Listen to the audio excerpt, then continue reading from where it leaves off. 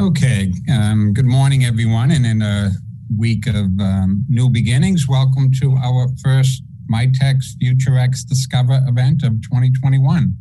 On behalf of the Greater Boston Chamber of Commerce, I'm Jim Rooney, President and CEO, and we want to welcome you and hope that you're all feeling safe and healthy as you start this new year.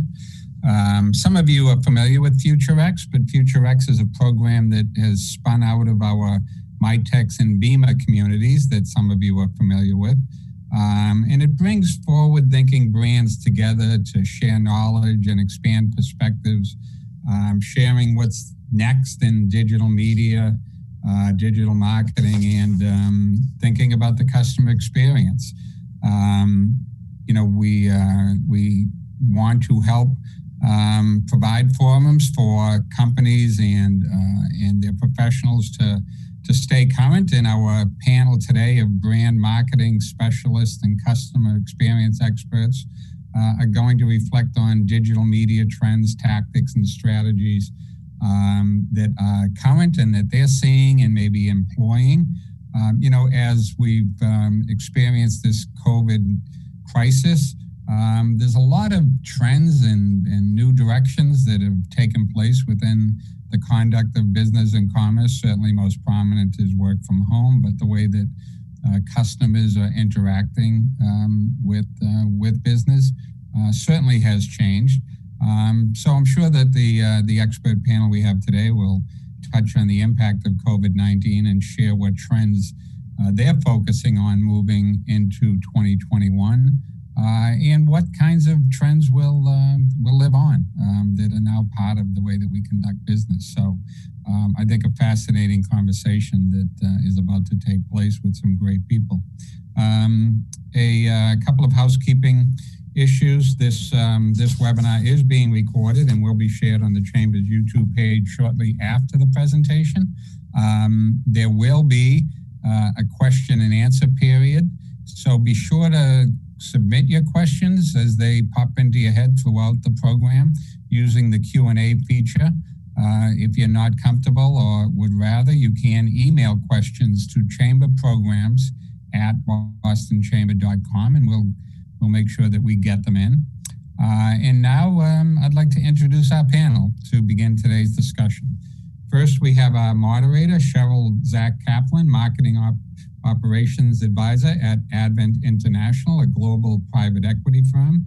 Sherrill is a marketing expert with a proven track record of generating consumer demand through powerful digital marketing, advertising, e-commerce, new product development, and customer loyalty.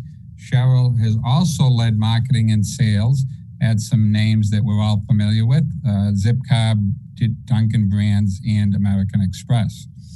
Next, we have Beth Johnson, Chief Experience Officer at Citizens Financial Group, known to most of us as Citizens Bank.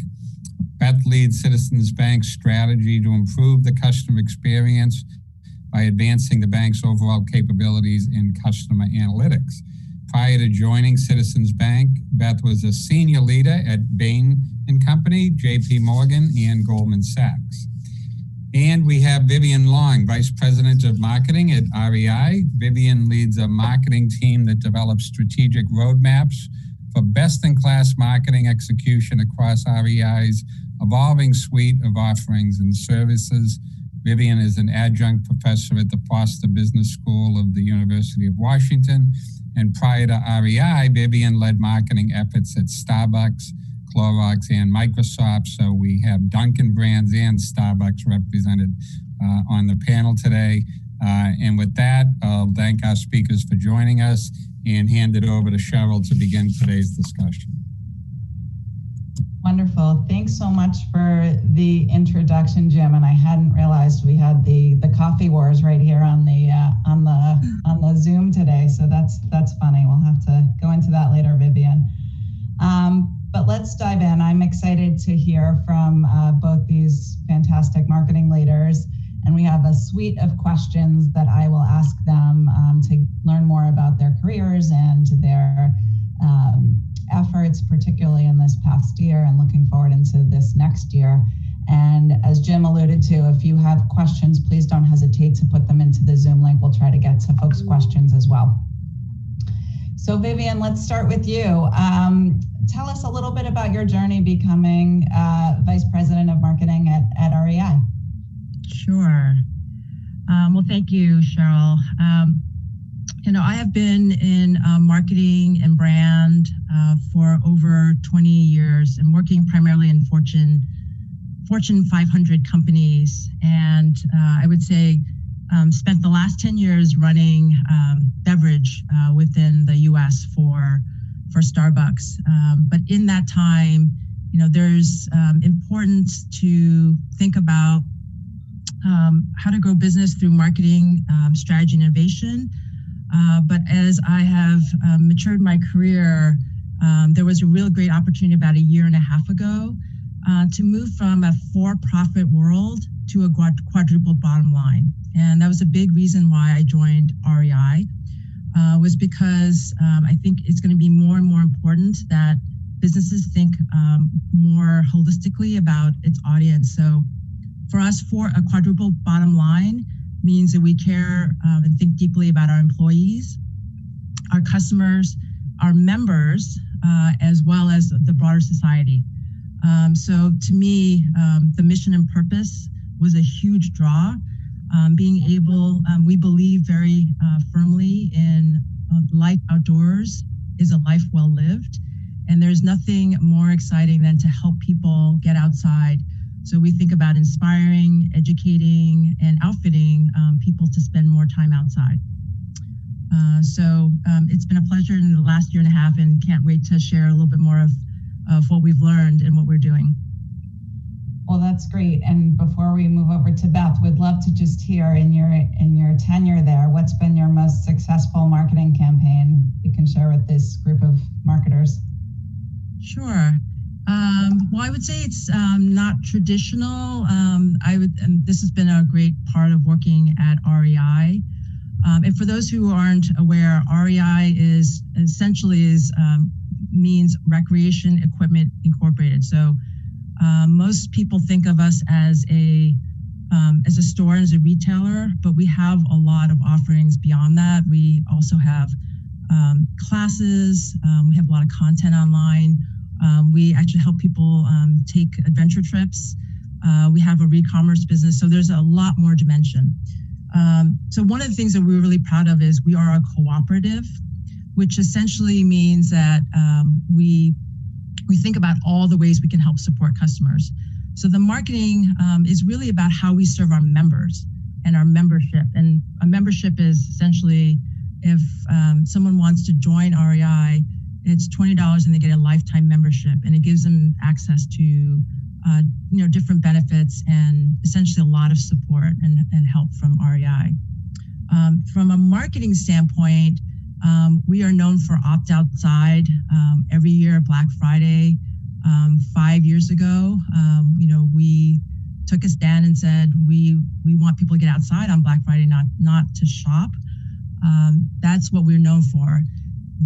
Every year we have an anniversary sale.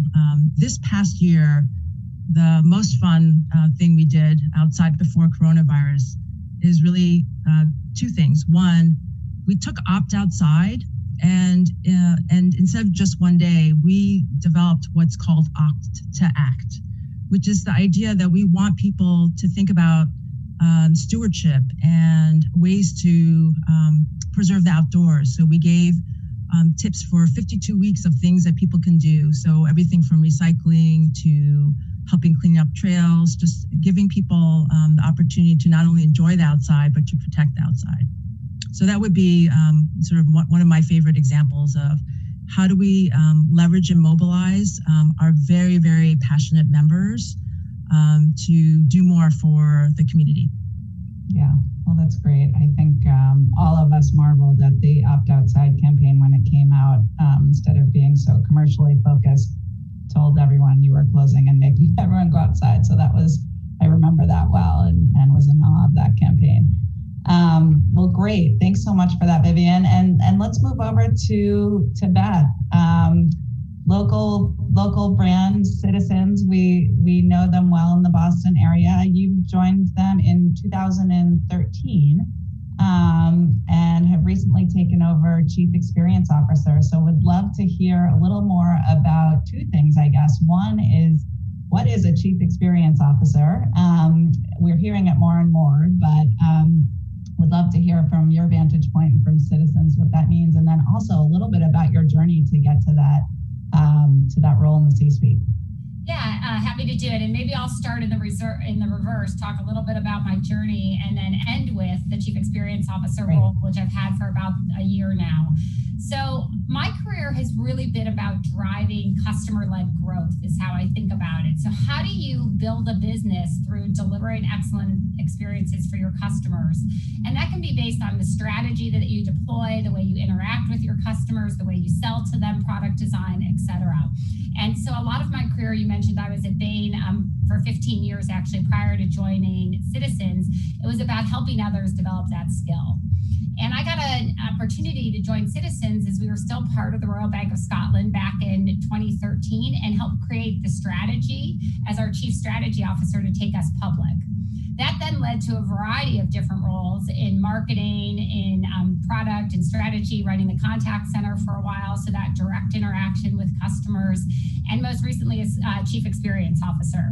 And I mentioned I got to name myself. So I named the title Chief Experience Officer. It's our first one, but it's really a role about building the capabilities in a changing world, and we're going to talk about that today, in order to deliver very personalized and excellent experiences for each Citizens customer.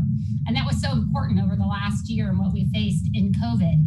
So we brought together at the enterprise level our digital efforts, our customer analytics efforts, our marketing efforts, as well as a few others, in order to make sure we're building that capability that can deliver, first and foremost, innovative solutions for our customer base. That's great. That's helpful to hear, and sounds like an exciting journey through all of these different functional areas. So you mentioned that you took this new role on just a year ago when the world was very different and before COVID hit. How were a couple ways your team shifted to retain and grow customer engagement? Yeah, more than ever. We talk a lot about in banking. Banking is retail in many ways, but lagged behind, I think, some other industries as you saw this move to digital and new interaction models. And really, throughout the last year, that's accelerated 3 to 5 years forward, the use of different channels, more channels, new interaction models. So what we found in this past year, it was more important than ever to connect with our customers, not about a product sale or not about something specific, but just to help them during this time through all channels. So we built a hub where we pulled together all the information about COVID for our customers and had that on our mobile app as well as our website. And that was tips and tricks about fraud. So when we saw stimulus checks, we saw people having to be careful about fraudsters out there. It was about the PPP program. Probably many of the people in the chamber took small business loans. We also had a small business grant program that we launched to support the community. On the commercial side, we did individual outreach to each of our corporate clients to make sure we could help them in this time of need and change versus in a traditional business environment. So it became very much about use all our tools, all our channels, very tailored messaging and content to be able to be there and support customers during this time. Okay, great. Well, let's spend a little time looking back. I know it's not been the theme of the last couple days, but let's spend a little time looking back on 2020. It goes without saying that COVID completely shook up the year and completely changed the way businesses operate in every aspect. So Vivienne, back to you and REI. What were some of the digital trends at the beginning of last year that you thought were going to take over 2020? So, Sherrill, I think there were two really things that we were seeing, and no surprise, it continues even before coronavirus. There was a lot of growth in our e-commerce. We primarily have about 160 stores across the nation, 4 specifically in the Boston area, about a dozen in the New England area. And what we were seeing is just continued growth in e-commerce, and that trend has been there for a couple of years. So I think in the past, we have a great experience in the store, but there's been a consistent need from people who live near stores to still be able to buy products and look for content online. And that has only seen some growth, and we expected that to continue. The second area is really around content. We just see continued, as more and more people have digital devices, mobile, that wanting to get content 24/7. So we've spent a lot of time developing content for inspiration, for education. So we have podcasts, we have a co-op journal that's an online, and we developed a digital community as well, so that we could just respond to consumers' just questions. REI is seen as a source for information. We have 83 years of history in the outdoor space. So whether questions around hiking or cycling or water sports, they know they can come to REI. So those are the two trends, and I would expect that those, and we'll talk a little bit about how those changed in coronavirus times, but I would see going forward that will continue to be the case.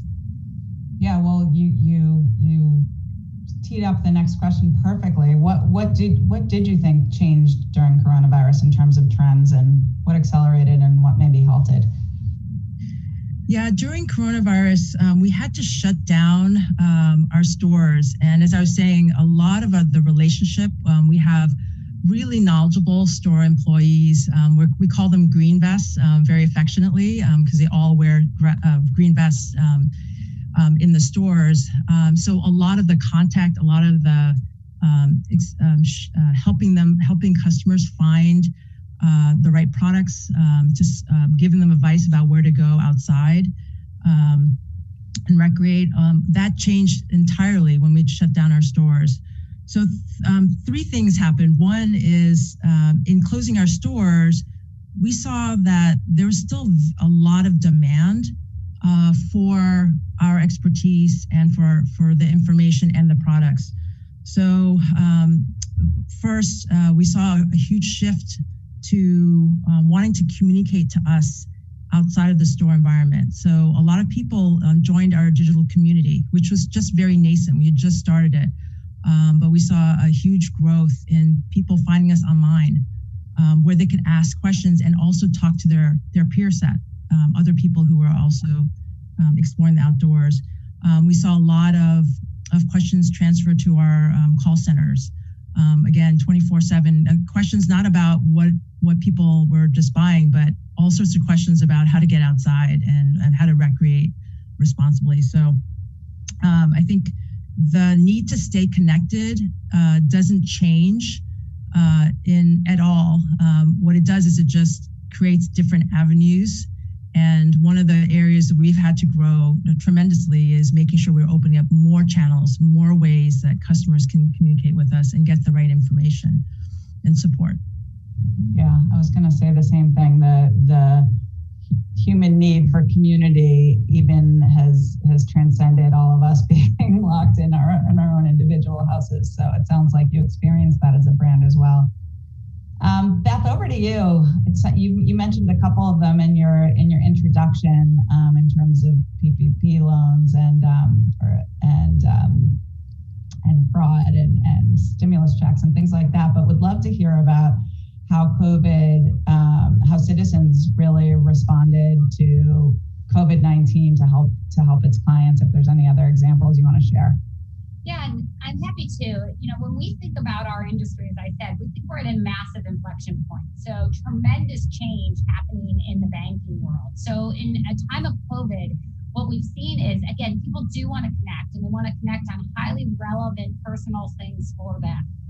And so for a great example, I have a freshman in college now. She was a senior during the beginning of COVID, going through the college selection process. We had a lot of parents that didn't understand how to think about financing that education, how to make those choices, how to really understand, given what was happening, if they're going to be on campus, off campus, do I need to borrow as much money or not to support that? And so we really needed to round out our channels, round out our content. I think, Vivienne, you talked about content as well. Content is so important these days for us and for everyone to be able to connect with our customers on that highly relevant personal level. And we're going to continue to see more of that.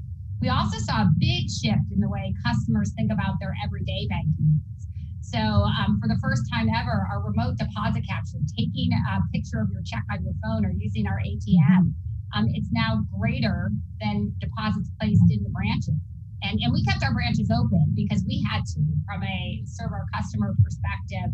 It's really a critical service to have access to your money, but we had to do it in a different way than we've ever done it before and make sure we were keeping our colleagues and our customers safe.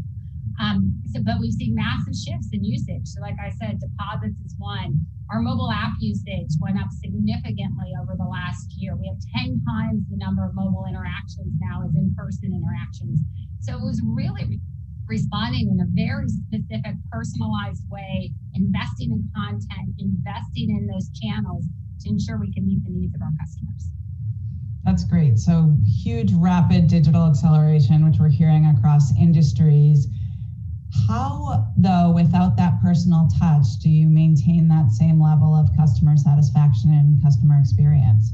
You know, it's interesting. There was a huge halo in banking. So customer experience scores for Citizens, we outperformed, but customer experience scores across the industry went up. And I think it was because the interaction model changed, which is given everything we were all facing and our colleagues on a personal level, as well as our customers, we understood we had to relate to people on a more personal level. So we were helping them with the needs that were critical to them. It wasn't about selling a product or it wasn't about helping you deposit a check.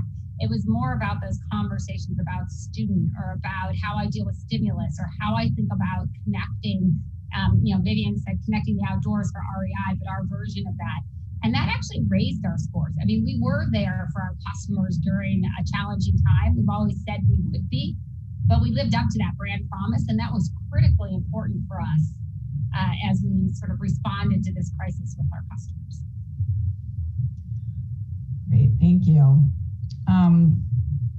So Vivienne, just back to you. How overall did the pandemic affect REI? I'd be curious to get your take on any adjustments in your internal business practices. You already mentioned your stores being closed and really a shift to digital, which Beth at Citizens experienced, of course, already. But anything else that you can share with this audience, either as it relates to business practices or sales or marketing tactics that really generated from having to be innovative and inventive during COVID? Yeah, Sherrill, there were so many changes today. I mean, we essentially, we closed our stores primarily because we wanted to make sure that we were thinking about all the health and safety protocols. So for one, that was a major change in making sure that there are ways when people wanted to come to stores that we had the right protocols. So we did, after about 3.5 months, reopen our stores, but we were all ready for that. But that took a lot of work in that interim. I would also say we created some new services because we were closed. It really made us challenged us to think about what are the things that are still important services that we have to create in a digital world.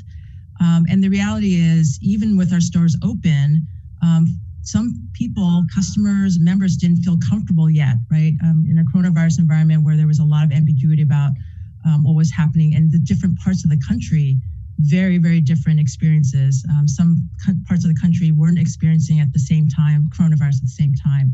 So we saw a lot of innovation. One, we created virtual outfitting so that a customer didn't have to come in and we could still support them, help them find the right products, give them support and advice.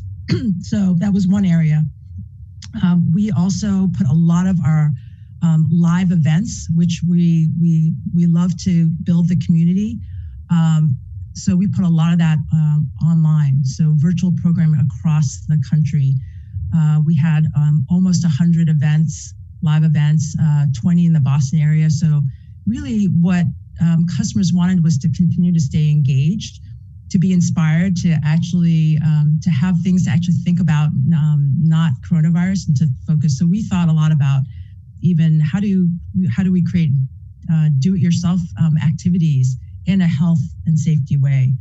So it really made us think differently about how to engage with customers, what is our offering, and how do we do it in a digital world.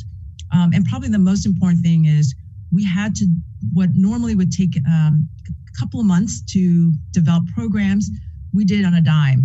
We were able to shift within weeks.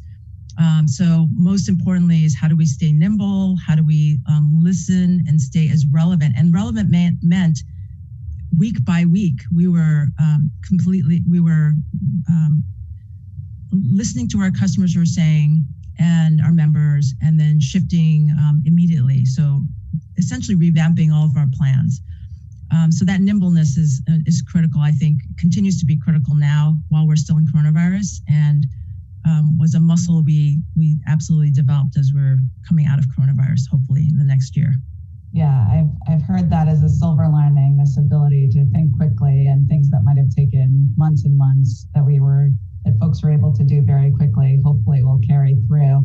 Now, I'm probably not alone in being one of the many, at least parents that have forced their kids to go on weekly hikes and get out of the house. I can only imagine what that's done for REI sales as people need to gear up and make sure that their families are spending time outside. Has it been a phenomenal silver lining for REI as well, that you've had benefit of good sales? Yeah, it was really surprising because I think everyone, in the early stages of coronavirus in March, I think everyone was really concerned around, what was happening. And then we saw our business suffer like many other businesses, partially because we had to close our stores. But the outdoors, if anything, was a real testament to how important the outdoors is. It was one of the only ways to stay safe, and to be actually to achieve health and wellness, which was even more important in a coronavirus environment. So I would say for sure, the silver lining was in two ways. One, I think people really recognize the important role of the outdoors more than ever, and that the outdoors really provides benefits. It reduces stress, helps mood, helps people sleep better. So many reasons. Getting a little bit of sun, fresh air really does wonders, and very balancing that digital experience. Everyone being online is actually being offline. The second is we saw some tremendous growth in certain activities. So running, cycling. We saw a lot of focus on hiking and camping. And right now in snow sports, so people getting out and snowshoeing, skiing. So it's been wonderful to see people want to get back into activities, and a lot of newcomers to these sports. Yeah, I can imagine. I'm a firm believer in that getting outside is good for the soul. So I'm glad others have followed suit. So Beth, how about you? You've shared that there's been some massive digital adoption. How did it affect Citizens from a business perspective? And are there things that shifted last year that either will stay or change?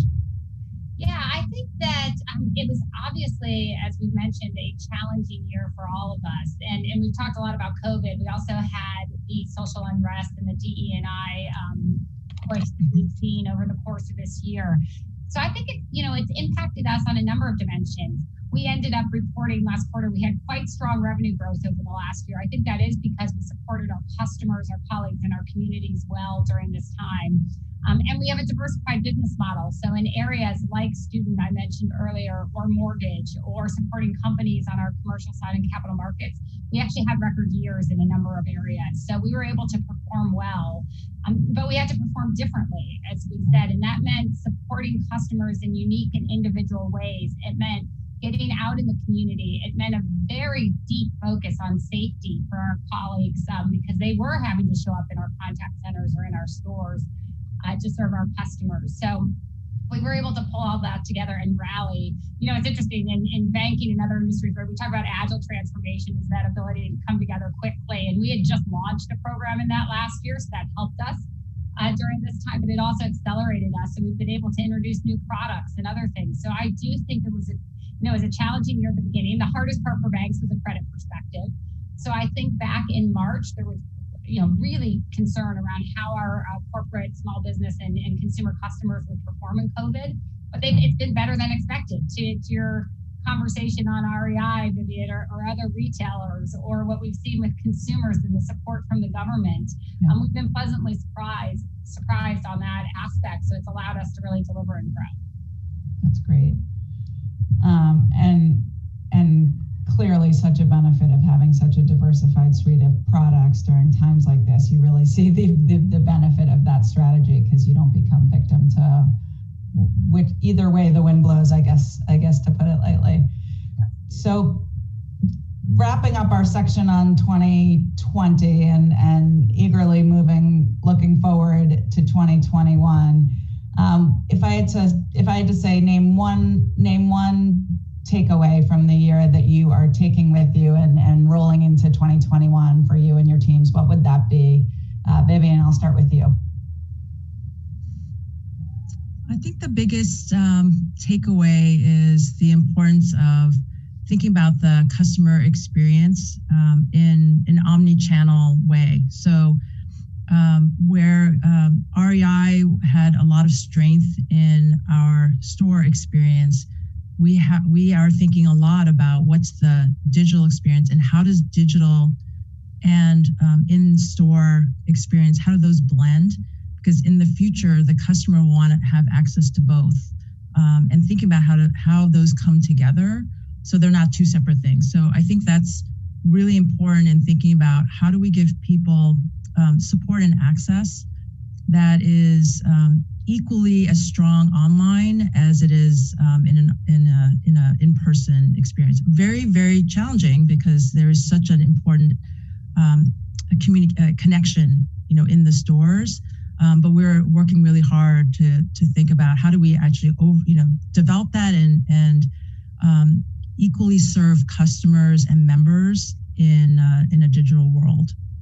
Yeah, I didn't think there was a time when omni-channel could be more of a buzzword, but I think you're right. Going into 2021, that is going to be even a stronger thread than it has been in the past. And Beth, how about you? I think I build on it rather than, I think it's omni-channel in a highly personalized way, where you move quickly to rapidly, and I think this will link into some of the questions probably, but rapidly test and learn. So it's about how do you think about delivering things quickly that's relevant and learn from that and move on and try something else. So I think that's going to be critical as we go forward. All right, Beth, let's keep it rolling and look to 2021. So what are you projecting are going to be the new needs of your customers? You already mentioned a personalized experience, but how are you thinking about consumer sentiment heading into 2021?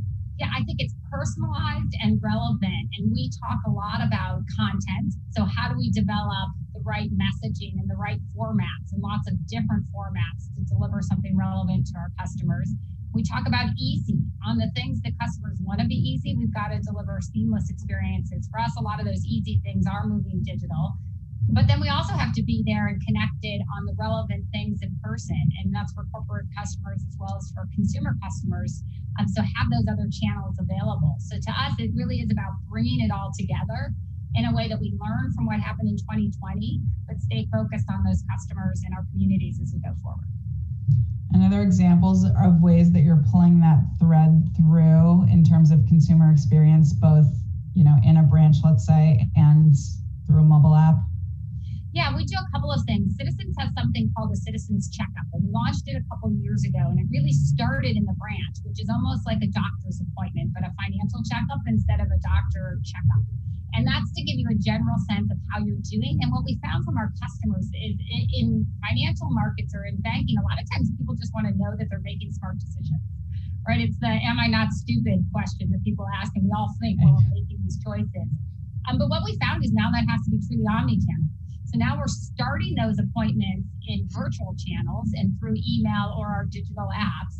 You're going to see more of that over time in the next year, and then give you a couple of different ways to finish. So you may not be comfortable going into a branch yet, but you could actually, we're having a personal interaction now through a virtual channel. So how do we start to link something like that checkup across all our channels? We have some of our business bankers actually doing remote conversations with their customers now similarly, so that it really truly is moving more towards that omni-channel buzzword and relevant for those customers. I love that idea. I think there's so many people that if they have to go in or get on the phone with someone at the onset, they're just not going to do it. So I would imagine that's going to blast open the top of the funnel for that activity for you all. Great. Vivienne, how about you? What are you thinking in terms of consumer sentiment going into 2021? 2021 is definitely interesting. I think digital convenience, being able to take advantage of all of the resources digitally will continue to be important. So contactless, frictionless, we've developed things like curbside pickup so that folks, they again want to not shop in stores, but be able to pick things up because they need it right away, and maybe shopping online takes a little bit longer. To me, the other two trends that we're seeing is just hyper focus on local. So the world has shrunk in some ways. Folks want to stay local. Their needs are greater, and they want to support local businesses. A lot of businesses really suffered, particularly the small businesses. So I think from a customer and a consumer and a member sentiment, we're seeing folks really want to stay local and support their communities. We focus a lot on partnerships in the community, and I saw a huge demand in just wanting to understand what are the local parks, what are the local offerings, how do we support the local businesses and places. So that's one, I think, area I think they'll continue to grow is the world shrinking and people wanting to support their community. The second area is actually, interestingly, what happened in coronavirus, as we all know, with George Floyd's death and all of the concerns around social, racial injustice. I think that's a huge, that will continue to be a really important area and customer need and sentiment is how are we creating more equity?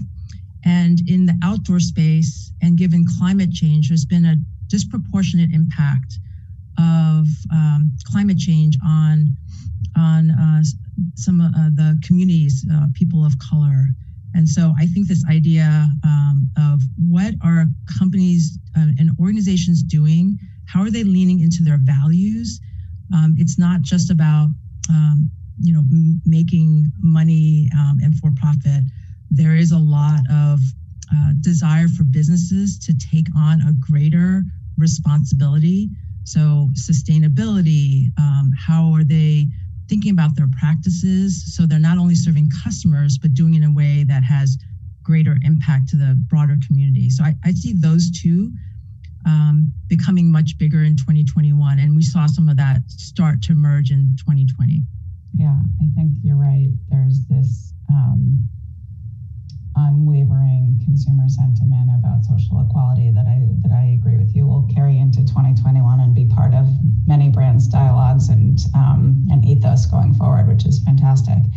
So we're just at the time where we're going to turn it over to some interesting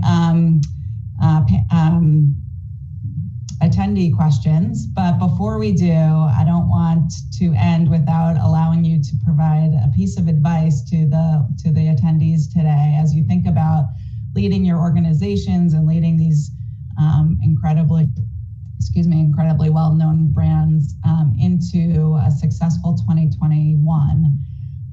What is a piece of advice that you'd impart upon the attendees that they can take home with them today? Beth, I'll start with you. Yeah, so I guess is the role now of Chief Experience Officer. It has to be that the success of any company, number one, is focused on your customers. So how do you make sure that you're meeting their needs to the best of your ability?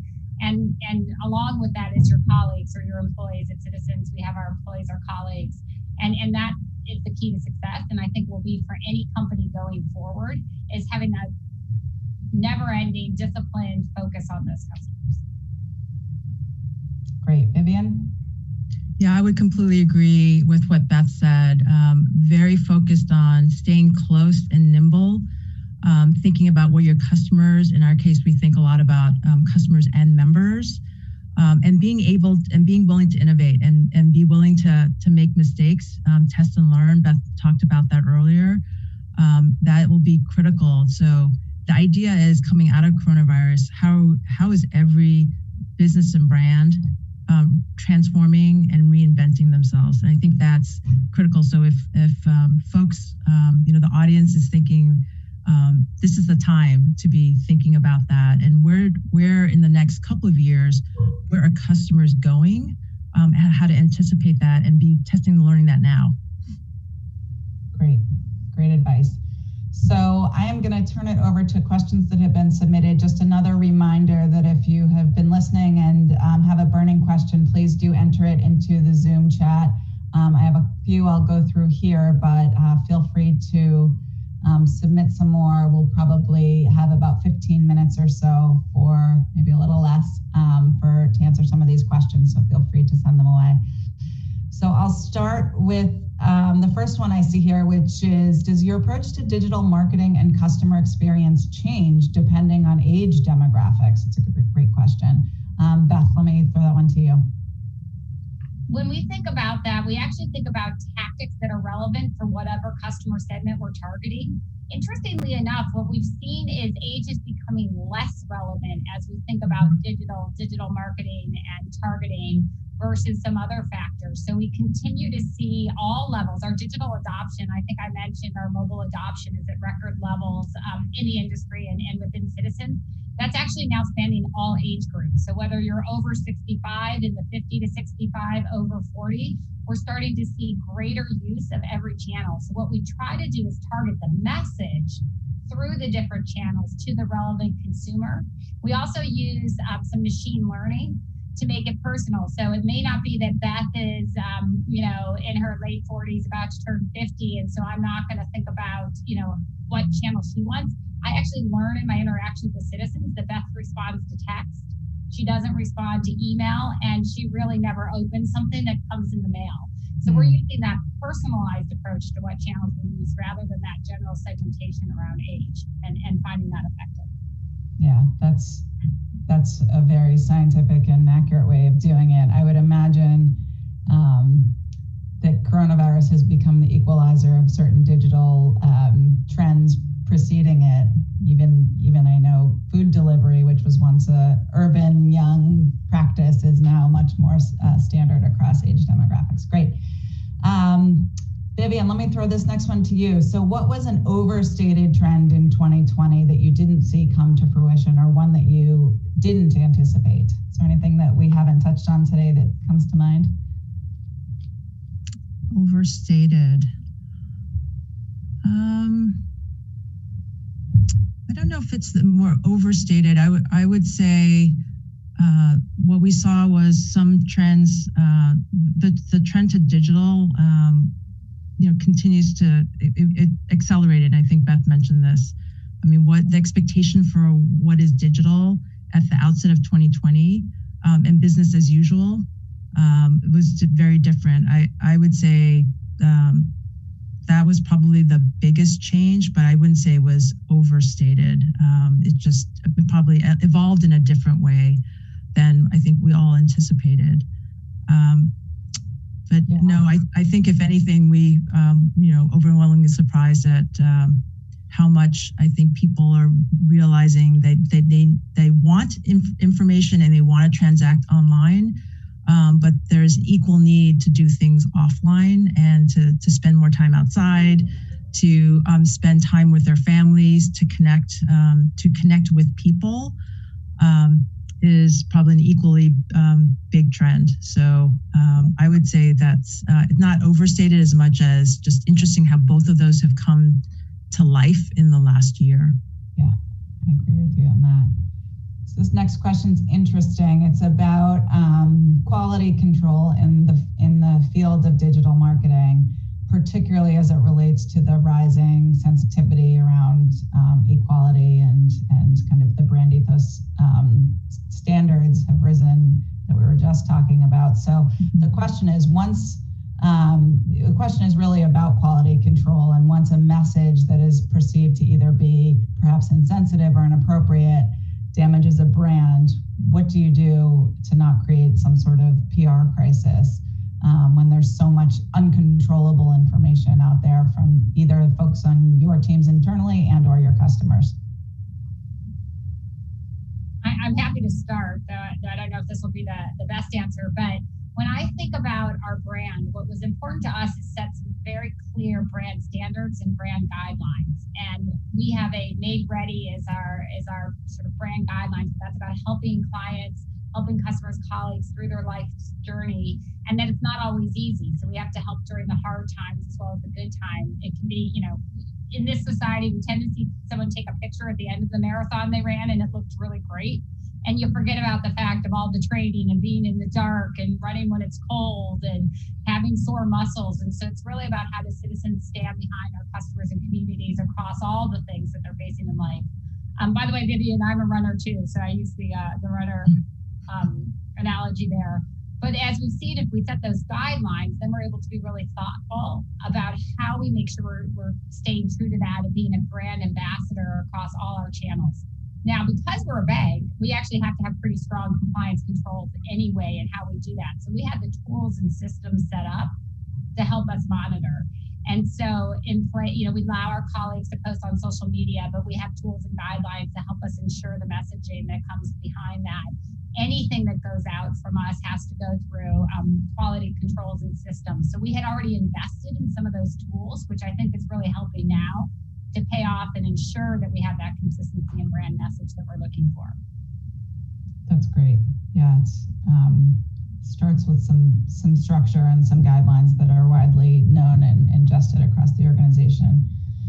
The next question, and maybe we'll have time for one more after this, is really around small businesses, which I know both of you have touched on and hit as important to each of your brands. But the question, there was a couple of them, but one was around, stating and restating that entrepreneurs have been hit very hard, and as such, their marketing budgets have been